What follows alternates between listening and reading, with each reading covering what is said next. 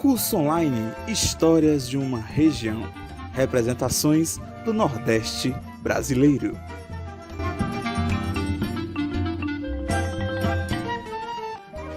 Módulos Pensando o Nordeste na História e nas Artes. Seção 1. A construção do imaginário nordestino por Gilberto Freire.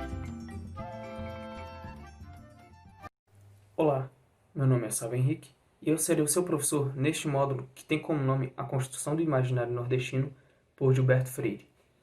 Sou graduando na Universidade Estadual Vale do Acaraú e membro do Centro Acadêmico de História Ágora, Carriza. Minhas pesquisas são em História Nova Militar e História Social da Guerra. Neste vídeo, tentaremos entender um pouco sobre os ideais de Freire sobre regionalismo em Casa Grande e Senzala e Manifesto Regionalista. Neste vídeo, então, iremos tentar trabalhar da seguinte forma. Dividiremos, então, em duas partes. Uma primeira onde falaremos um pouco sobre a biografia do autor e sobre o contexto de suas obras, o local onde elas estão inseridas e em um segundo ponto do vídeo, iremos então abordar sobre as ideias em si do Manifesto Regionalista, Casa Grande e Senzala, que serão nossas duas fontes para entendermos melhor esse regionalismo de Gilberto Freire, entender como essas obras lidam com o passar do tempo e entender os críticos de Freire, né? Então, começando, né, o Gilberto Freire ele nasce em 1900, nasce em Recife e nasce em uma família rica, né? O seu pai era juiz e também ensinava, né, na Faculdade de Direito de Pernambuco. Então, você já vê o olhar elitista que Freire, então, tomará. Freire vai ter uma grande ligação com os engenhos, né? Porque ele passa boa parte de sua vida em engenhos, inclusive sua própria casa em Apipucos é um engenho, né? O engenho agora é mais casa urbana do que engenho em si, mas ele também tem contatos com engenhos rurais, né? Engenhos rurais, como por exemplo aos seus 9 anos no engenho rural de São Severino do Ramo, que também faz parte de familiares seus. Inclusive, a família de Freire é uma das famílias mais antigas do Brasil. Então, Freire certamente está incluído em um grupo mais elitista, né? Em um grupo que já chega com certos privilégios e que no século XX Freire ainda detém alguns, principalmente o privilégio capital. Não que durante sua vida em algum momento ele não teve uma necessidade econômica, mas falando que Freire já sabe os luxos e que facilitarão e muito para a sua escrita didática e prazerosa de Casa Grande e Senzala e movimento regionalista, né?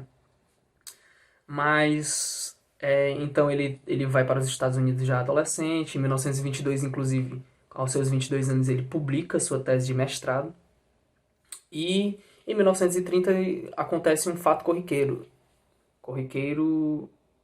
entre aspas. Ele já começa o Casa Grande e Senzala falando que em 1930 ocorreu-me a experiência do exílio, né? Então, em 1930 a gente vê a Revolução de 30, a gente vê uma ascensão para a Era Vargas, uma ascensão mais ditatorial, e que Freire combatia. Então, Freire não se vê incluído, né? E parte em exílio para Portugal. E de lá ele vai para os Estados Unidos, onde ele tem a oportunidade de lecionar e tudo mais. E que inclusive ele volta para os Estados Unidos para lecionar justamente porque ele cria um certo laço em seus estudos quando adolescente. É lá que ele descobre Franz Boas, né? Ele estuda com Franz Boas. Na verdade, Franz Boas é seu professor e ele vê Franz Boas como seu mestre, né? E onde o Franz Boas vai ensinar algumas coisas que serão fundamentais para ele elencar o Casa Grande e a Senzala, como a diferença entre raça e cultura, e algumas questões como que vão de oposto a ideias eugenistas, né? Então, o Gilberto Freire ele bebe muito dessa fonte de Franz Boas, uma fonte antropológica, né? Inclusive um dos primeiros a fazê-lo. Em 1964 ele apoia, né, os militares na tomada de poder, e inclusive em 1969 ele integra o Conselho Federal de Cultura, a convite do próprio presidente, né? Então você tem aí o Gilberto Freire tomando algumas atitudes que seriam consideradas conservadoras e reacionárias. Inclusive, em uma entrevista, Gilberto Freire, a apresentadora, ela fica um pouco receosa em chamar Gilberto Freire de reacionário, e ele diz: você está falando que eu sou reacionário? Eu sou reacionário, não é? Então, temos então esse pensador que vai ver vai ter uma ampla ideia de construção brasileira, e na construção desse Brasil ele vai pensar em um regionalismo. Ele pensa muitas vezes em um regionalismo, principalmente o nordestino, açucareiro colonial, como o criador dessa sociedade brasileira, principalmente a sua da década de 20 para a década de 30, né? E que é uma sociedade altamente miscigenada. Não que hoje em dia não somos, mas que os problemas crescentes na época giravam em torno dessa nossa origem. Porque muitos países lá fora diziam muito que os mestiços eram o pior que havia. Porque, para nós pensarmos um pouco sobre as ideias eugenistas, a gente tem que entender que, naquele momento, eles pensavam as raças da seguinte forma: o branco estaria no topo da pirâmide, né? Onde ele seria o ideal de raça humana. Teremos seguido o asiático. Embaixo do asiático seria os povos americanos. Embaixo dos povos americanos seriam então os negros. E embaixo dos negros seriam os miscigenados, que para eles era uma aberração por conta que não era uma coisa nem outra, né? É bem dessa forma. Não conseguia ser totalmente branco, mas também não conseguia ser totalmente preto.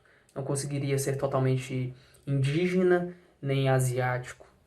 Então, você tem um país onde a maioria de pessoas é miscigenada, e você vê uma pseudociência ganhar força com esses argumentos. Então, o sentimento nacional brasileiro estava no ralo. Estava lá embaixo. E também o que faz gerar aquela sensação de vira-lata, né? Aquela sensação que o Nelson Rodrigues, inclusive, iria falar depois, da síndrome de vira-lata que o brasileiro tem. Então, o que o Gilberto Freire vai elencar não, calma aí. A gente pode ver melhor como é que essa sociedade brasileira se constitui. Por que nós estamos nos achando tão ruins? Somos assim mesmo? E aí ele vai partir para as premissas das ideias de Casa Grande e Senzala, que nós abordaremos futuramente aqui no vídeo. Mas, e para constituir essa raiz, ele vai atrás de um regionalismo, principalmente o regionalismo nordestino, né? Que também entenderemos daqui a pouco. Mas as ideias de Freire, então, nessas duas obras, uma é um manifesto, né? E a outra é uma obra literária, histórica, sociológica, antropológica, né? Elas são anti um eugenismo, inclusive que estava ganhando muita força no Brasil. Então, Gilberto Freire, em alguns momentos, vai estar dando algumas frases que são bem firmes no que quer dizer, né? Tipo, são frases bem contundentes, né? Onde, por exemplo, que vão ser de oposto ao pensamento eugenista. Como, por exemplo, não existe branco no Brasil. Você tem uma elite branca que quer se purificar cada vez mais do sangue negro e indígena, e aí você chega e diz: não, você não é branco. Então você tem uma elite que se dói ao ler isso, né? E você também tem ideias que olha, nós somos o que somos porque somos miscigenados, e somos assim, somos bons. Na verdade, somos os melhores.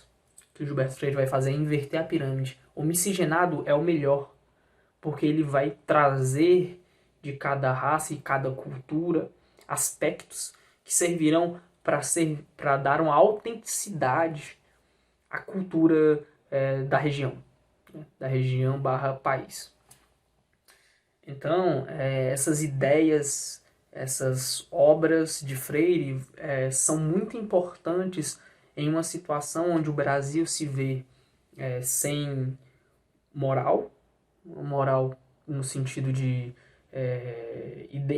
quanto identidade nacional, uma identidade fragilizada, por formarmos grande parte da população brasileira sendo miscigenados. E teremos também essa sensação de vira-lata muito por conta disso, né? Então, é o branco que é de fora que é o melhor, ou então é o branco elitista brasileiro que é o melhor. E o Gilberto Freire vem um pouco para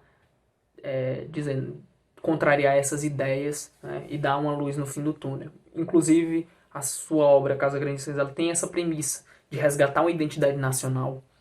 O Manifesto Regionalista, ele tem uma premissa de resgatar a identidade regional daquela região social. Porque ele vai ver primeiro o Nordeste como região social e não a região física propriamente. Existe geograficamente a região do Nordeste brasileiro, mas ele vai pensar que antes de tudo, antes de ser uma região física, é uma região social. Que ao falar Nordeste, você vê lucidamente em sua memória, ou uma memória muito imagética, né, do imaginário do que se é Nordeste, você vai ver logo festas tradicionais que se associou ao Nordeste, você vai ver muito de comidas típicas, não é? que volta e meia você vê algumas regiões, como por exemplo o Sudeste, tendo muitos restaurantes de comida típica nordestina, que fazem muito sucesso, né? E grandes franquias também que fazem sucesso com comida nordestina, comida típica nordestina, né? Comida tradicional nordestina. Então nós temos o que o Gilberto Freire chamaria de valores nacionais, né? Bem impregnados no imaginário do que é Nordeste. Né? O que o Gilberto Freire então vem é para elucidar, mostrar que estão em perigo, e muito por conta do eugenismo, por conta também dos movimentos regionalistas contrários ao seu, como por exemplo o de 1922, na Semana de Arte Moderna, em São Paulo, que era um movimento regionalista que queria dar uma autenticidade moderna ao país, que via que tudo aquilo não era brasileiro, né? Que tudo aquilo não era uma produção autêntica brasileira até ali. Então tinha-se que criar algo autêntico. E o que Gilberto Freire verá isso como um plágio de culturas, um copismo de culturas estrangeiras, principalmente as que fazem parte do capitalismo, né? Principalmente os que estão no centro nervoso do capitalismo, como por exemplo os Estados Unidos na época, né? E você também vê muita influência dos países europeus, principalmente a França também. Então nós temos um quadro onde Gilberto Freire está com essa angústia de defender esse regionalismo, um regionalismo que para ele não é separatista, pelo contrário, inclusivo, é o que dá unidade na nação. Ele vai pensar então, a partir desse sentimento e identidade nacional, essa criação do que virá a ser Brasil e brasileiro. E ele virá animar um pouco também a população e conquistar muito os corações, principalmente do senso comum, né? Embora a ideia de três raças não ser originalmente de Freire, por exemplo, em Van Hagen, no século XIX, já fala isso. Já fala sobre nós descendermos de três rios, que ele vai falar o Rio Branco, Rio Preto, e, enfim. Você vê que ganha muita força a partir de Gilberto Freire. Gilberto Freire toma isso como uma bandeira e ganha muito força. E que volta e meia você vê sendo ensinado nas escolas que nós, os brasileiros, são formados pelos índios, negros, brancos e tudo mais, né? E isso vai penetrando cada vez mais no nosso imaginário, dando até uma ideia de que nós somos... que não existe racismo, não é? Que nós não temos um racismo, ou que nós somos povos que todos temos privilégios, que todos temos somos povos que têm igualdades, né? Que um argumento bastante solidificador para algumas críticas que serão feitas posteriormente à sua obra. Então, por exemplo, a gente vai ter alguns pensadores, muitos pensadores na verdade, que vão pensar contrário às obras de Freire, mas não dá para negar que as suas obras tiveram uma influência muito grande e muito positiva, contrário ao hegelianismo presente no Brasil naquela época, que estava tomando a intelectualidade de não só do Brasil, mas de muitos países afora, né? Continuando agora um pouco a nossa conversa, falaremos sobre as ideias de Freire contidas no Manifesto Regionalista, de 1926, e Casa Grande e Senzala, de 1933. Vale aqui salientar que Casa Grande e Senzala é um livro riquíssimo, com muitas ideias, e que não pretendemos abordar todas, visto que seria necessário um curso para dissecar toda a obra. Né? E o motivo desse curso é entendermos melhor o regionalismo nas suas diferentes expressões. Então, pensaremos mais estas obras voltadas para o regionalismo. O Manifesto Regionalista, ele vai ser bem mais objetivo, né? Bem mais objetivo, mas Gilberto Freire vai se utilizar muito do regionalismo no Casa Grande e Senzala. E posteriormente entenderemos melhor as críticas e alguns críticos de Gilberto Freire, como as que eu terminei o tópico passado. Então o Gilberto Freire ele vai começar junto com a elite recifense, a se reunir em 1923, né? Na casa de um deles, de um professor, e onde eles iam debater. Esses homens se reuniam e debatiam amplamente sobre o que seria regionalismo para eles, até fundamentarem um discurso de um regionalismo ideal para o grupo, né? Então, 3 anos depois nós vemos o resultado destas reuniões, né, que se dá no primeiro Congresso Regionalista das Américas, pelo menos é o que diz o Manifesto Regionalista, e onde Freire lê este manifesto no Congresso. Ele já começa o Manifesto Regionalista muito preocupado em algumas opiniões, né, a respeito do regionalismo, principalmente o seu. Ele busca sempre deixar claro que o regionalismo que ele está propondo e que o grupo propõe é um regionalismo que não é separatista. Pelo contrário, ele inclui mais do que os estados se incluem na nação naquela época. Então você tem uma crítica pesada a uma república que pro Gilberto Freire veste roupas para gelo em uma terra tropical, né? E claramente dizendo que é uma república não adaptada às necessidades brasileiras. E você também tem que ver que Gilberto Freire ele vai dizer que o grupo é apolítico. Nós temos membros de esquerda, membros de extrema direita, e todos pensam em conjunto no que é o regionalismo em si, né? Então nós temos aí um grupo seleto, né, de intelectuais que não só são recifenses, mas são encabeçados por estes, tendo a figura principal Gilberto Freire, fazendo essas duras críticas à República, mas não só à República. Freire também faz críticas a vários modelos, como o modelo imperial também, chamando o modelo imperial de corte afrancesada. E o que ele propõe aqui é então um novo modelo, um modelo onde os regionalismos venham a englobar uma unidade nacional, né? Então, para Freire, o ideal seria existir um regionalismo nordestino, um do sul, um do sudeste, um do nordeste. Não que ele diga que não exista, mas um regionalismo mais próximo aos ideais do que o grupo pensava. Que ele pensava que cada região tem suas peculiaridades, mas tem coisas que as unem. Ou seja, quando o Freire vai destacar os valores nacionais do Nordeste, ele também entende que no Sudeste existem valores nacionais, ele entende que no Sul existem alguns valores nacionais, no Nordeste ou no Norte, extremo Norte. Então ele não deixa de dar a importância devida a todas as outras regiões, mas ele, por ser pertencente a esta e por ver no Brasil colonial açucareiro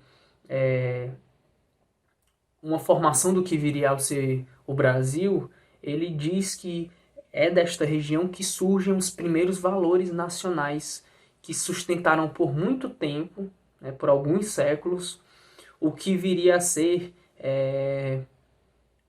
da nação, o que é mais autêntico da nação, que seria esses valores, né, que depois também seria englobado por todas as outras regiões com seus círculos, né, e que é uma ideia que vai de claramente o oposto à ideia modernista, né, a ideia modernista de 1922, que fez a Semana de Arte Moderna de São Paulo e que via um regionalismo mais para criar uma autenticidade moderna, olhando para o passado e não vendo algo autêntico brasileiro, mas sim uma herança que foi deixada pelo colono, uma herança que foi deixada pelo escravo, mas que pelo brasileiro em si não foi gerada e que seria agora. Então, enquanto o de Gilberto Freire é saudosista, vê no passado os valores nacionais que quer incrementar ainda nessa sociedade que está passando por uma mudança. Você está no século XX, ou você está no século XX, na década de 20, e você está passando por uma série de mudanças, as mudanças capitalistas que chegam no Brasil, de certa forma, a balançar o poder aristocrata rural, né? Então você vê uma aristocracia rural tendo medo de perder seus privilégios, uma ascensão de uma burguesia urbana, um êxodo rural, onde as cidades cada vez mais ganham o destaque e o campo fica em abandono. Então o campo está em decadência aqui, nesta situação. E enquanto em uma época nas épocas dos engenhos coloniais, no Brasil colonial, era o campo que era o principal ator dessas formulações do que viria a ser Brasil. Então a escrita de Gilberto Freire, tanto em Casa Grande Senzala como Manifesto Regionalista, são de um saudosismo a este passado, formulador do presente, que você sente os cheiros doces e sabores do momento com grande pesar, que é uma memória que para ele está em risco, né? Ele vai dizer que a cultura nordestina, não só a brasileira, a nordestina e depois a brasileira, estão em perigo. O Nordeste formulou então esses valores nacionais que agora correm risco de uma modernidade que copia muito de outros países, de outras culturas, principalmente culturas que estão situadas nos centros nervosos do capitalismo. Então, o que o Gilberto Freire vai dizer é que esse modernismo que está chegando, ele está trazendo um progresso copista. Ele está destruindo o que é autêntico brasileiro, que foi gerado por uma longa história, por um copismo de terras que não são apropriadas para aqui. Você tem então, ele vai citar vários exemplos, tem os exemplos das cidades estruturalmente, como as destruições das casas com azulejo. Ele tem também os exemplos, ele dá os exemplos das avenidas, que é um dos exemplos mais interessantes, que ele vai dizer que o português, quando vem para o Brasil, ele traz, ele assimila alguns ideais de construção da cidade dos mouros. Os mouros têm uma longa experiência com sóis quentes, né? Então eles vão criar cidades, tal qual os mouros fazem, com ruas estreitas, com vários becos que cortam caminho, favorecem para um sol abrasador não nos assolar, não é?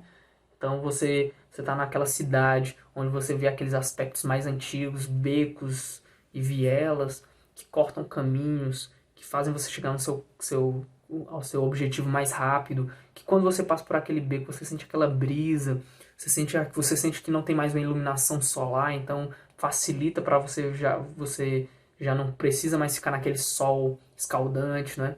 E ele vai dizer que a cópia que fazem das grandes avenidas, principalmente as norte-americanas, elas são necessárias, porque ele vai dizer que as cidades estão crescendo, então são necessárias. Mas essas mesmas avenidas que estão copiando de tal forma, né, apenas fazendo uma cópia do que seriam as ruas norte-americanas, as longas avenidas norte-americanas, elas superaquecem aqui nos trópicos, porque são avenidas criadas para tempos para lugares mais frios. E o Brasil, um país quente, trazer essas avenidas superaquece, torna difícil a nossa vida no meio urbano, né? Então, quando você está andando pelo aquele centro escaldante, Freire está dizendo isso, que as cidades estão superaquecendo por conta que nós trazemos a ideia e ao invés de passarmos por um filtro e adaptarmos às nossas necessidades, apenas fazemos cópias estrangeiras. Estrangeirice essas que ele vai dizer que o Brasil é assolado desde sempre. Então você vê claramente isso nas cidades, você vai ver também a culinária, que é um dos principais pontos que Freire vai destacar no Manifesto Regionalista. Ele já vai começar dizendo que se a cozinha está em xeque, a civilização está em risco, né? Então, você tem isso de que os hábitos alimentares nordestinos estão se perdendo, né? E aí ele volta para o passado, que o Casa Grande e Senzala também remonta de forma saudosista, um passado que em Casa Grande e Senzala você vê os sabores, você sente os sabores, cheiros, não é? De uma cultura que é farta dos doces, não é? De todos os sabores que as comidas típicas nordestinas irão prover aos senhores de engenhos glutões. Você vai ter vários senhores de engenhos glutões que vão querer as suas cozinhas cada vez mais elaboradas e serão conhecidos por essas cozinhas elaboradas. Seja nos festejos, onde a Casa Grande de Senzala vai dar, que a Casa Grande vai dar esses festejos, né? E o senhor de engenho vai prover esta alimentação farta para seus visitantes, ou então até pessoas que estão passando apenas de passagem e veem esta fartura. E esta mesma fartura a gente vê no Manifesto Regionalista, né? Uma fartura que ele vai dizer que cada vez mais não se vê mais nas casas sendo feitas. Então você vai ver algumas comidas típicas se perderem espaço na culinária nordestina para comidas enlatadas, não é? Porque serão comidas mais fáceis para um cotidiano mais corrido na cidade.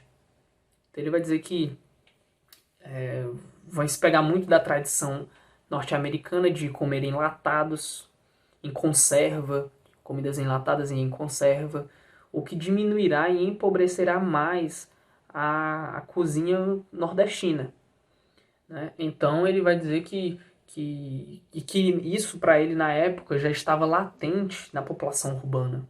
E ele disse que já estava chegando na população rural, né? Então ele via essa cultura, essas comidas típicas cada vez mais se perdendo, né? E para essas comidas mais práticas. E quando não eram práticas, eram comidas afrancesadas. Então, quando ele viaja para o estrangeiro e ele volta, e ele visita alguns dos maiores restaurantes de Recife, e ele vê que a culinária desses grandes restaurantes é uma culinária afrancesada, não tem nada de nordestina, ele fica espantado e fica atônito com isso. Ele vê aí que a culinária francesa, não é? Uma culinária que é tida como mais requintada, e você também vê a culinária prática norte-americana dos enlatados e os em conserva ganhando este corpo, ele vê essa cozinha em risco. Ele vê essa cozinha em risco. Então ele vai dar essa olhada e ele vai dizer, não, então a cultura nordestina tá em xeque. Então estamos em risco aqui e agora. E se esses valores nacionais tão bem solidificados pelos séculos agora estão em risco, então o que vai ser de autêntico brasileiro se os principais valores nacionais que foram lançados pelo Nordeste agora estão em xeque? Como é que nós vamos nos sentir unidos nesta nação? O que será do povo brasileiro também? Porque foram valores que são repassados, né? Então ele vai dizer que isso em Casa Grande Senzala, ele vai dizer que o Nordeste vai ser esse berço do Brasil, e também tem uma passagem manifestada no jornalista falando isso, que o Nordeste vai ser o berço desse Brasil, e que em um momento de ouro seu, e que agora estava em perigo, e cabia ao Brasil salvá-lo. E não só ao Brasil, obviamente, mas também ao povo nordestino, não excluindo ou jogando no ralo suas tradições, né, por uma modernidade. Ele vai dizer que o progresso ele não deve vir excluindo a nossa cultura que nós temos de mais autênticos, que nos fazem nordestinos, por uma cultura copista, né? Então, Gilberto Freire vai pensando isso em um momento que é na década de 20, século 20. E isso sem ele ter participado na década de 90 de uma globalização de processos muito mais rápidos, né? Então, Gilberto Freire ele vai tentar combater este modernismo. Já em Casa Grande Senzala, Gilberto Freire então traz essa noção de que o Brasil ele tem sua identidade criada no Nordeste através desses valores nacionais. Então Gilberto Freire ele vai trabalhar com os engenhos na Casa Grande e Senzala, né? E que ele vai então ver como isso vai se desenvolver, como vai se desenvolver este patriarcalismo na nossa identidade nacional. Um patriarcalismo que será bastante opressor não apenas na Senzala, mas também na Casa Grande, onde todos deveriam servir ao senhor de engenho. São relações estas bastante conflituosas que a gente, lendo, nos perguntamos em que momento a Senzala acaba e começa, e em que momento a Casa Grande acaba e começa. Pois a violência começa na Senzala, mas também na Casa Grande. E elas nunca recaem para onde começam. Então o senhor de engenho, ele toma um escravo sexualmente. Ele está violentando-a.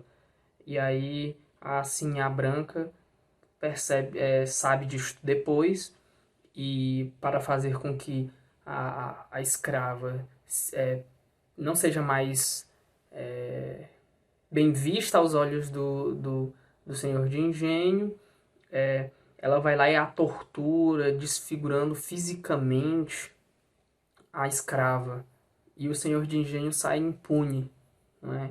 Então nós vemos essa forte presença de um patriarcalismo que irá cair com mão de ferro nessa administração, onde brancos são oprimidos também, né? Então os negros têm a opressão mais violenta, mas que também os brancos são oprimidos pelo patriarcalismo também.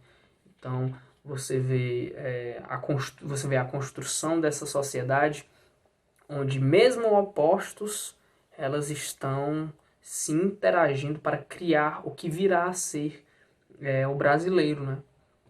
E aí esse Nordeste como berço, né? O Nordeste açucareiro como berço do Brasil vem daí. de um local onde produz esses valores, principalmente valores culturais, que sustentarão a autenticidade brasileira.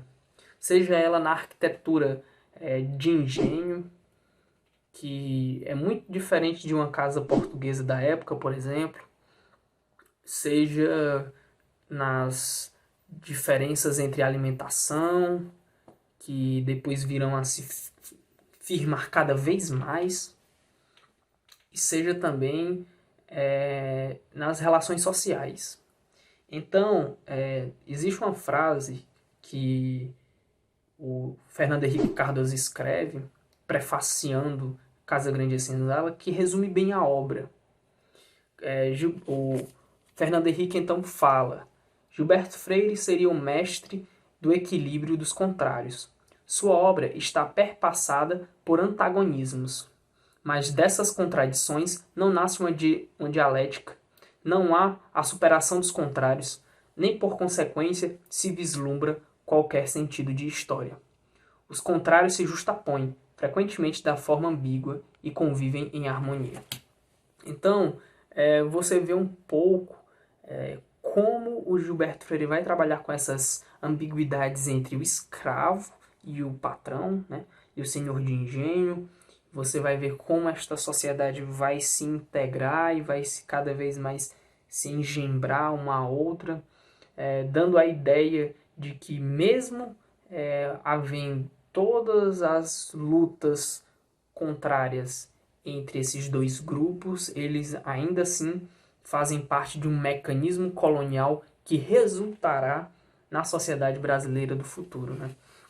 Que seria já século XIX, século XX. Então, nós temos o Gilberto Freire, ele trazendo muitos relatos, por exemplo, de uma escravidão cruel, não é?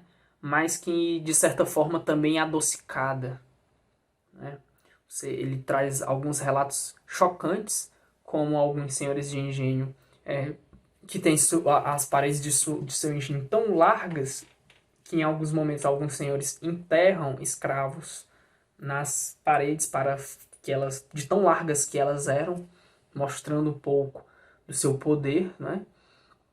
E a própria violência sexual que também Gilberto Freire verá muito, né? Que ele verá como vai se desdobrar muito, e que é uma visão, uma violentação sexual principalmente vinda do português, né? E também ele vai dizer que muito dessas violências que fazem essa alta miscigenação brasileira, né?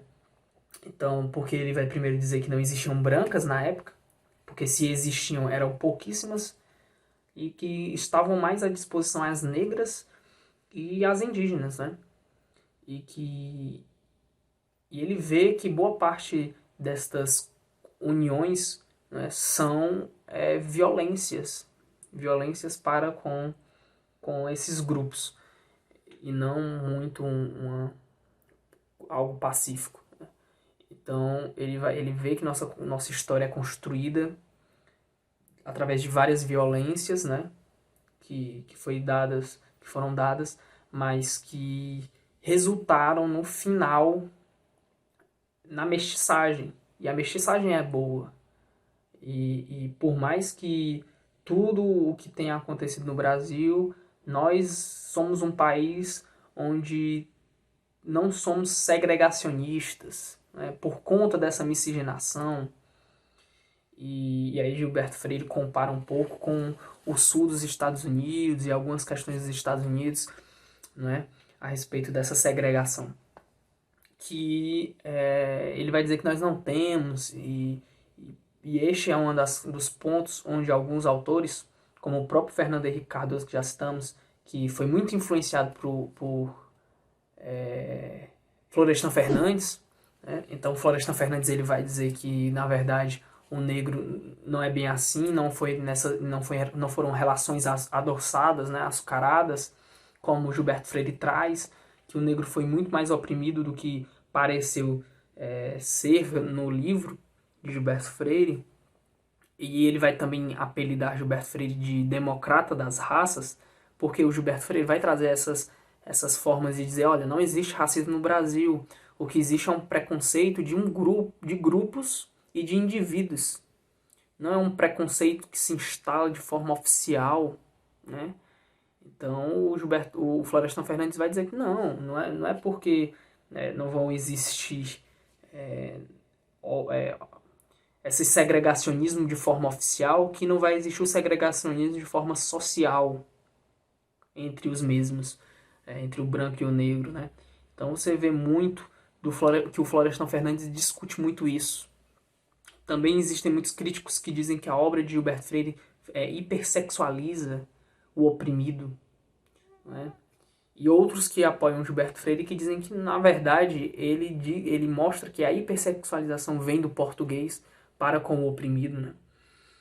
E por mais que sejam controversos as questões que Gilberto Freire aqui traz, são questões que conquistam o senso comum.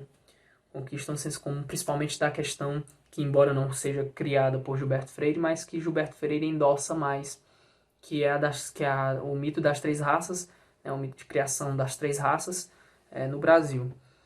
É uma obra que é considerada um clássico, né? Ela foi muito bem quista a níveis internacionais, que refletiu muito o imaginário sobre o Brasil.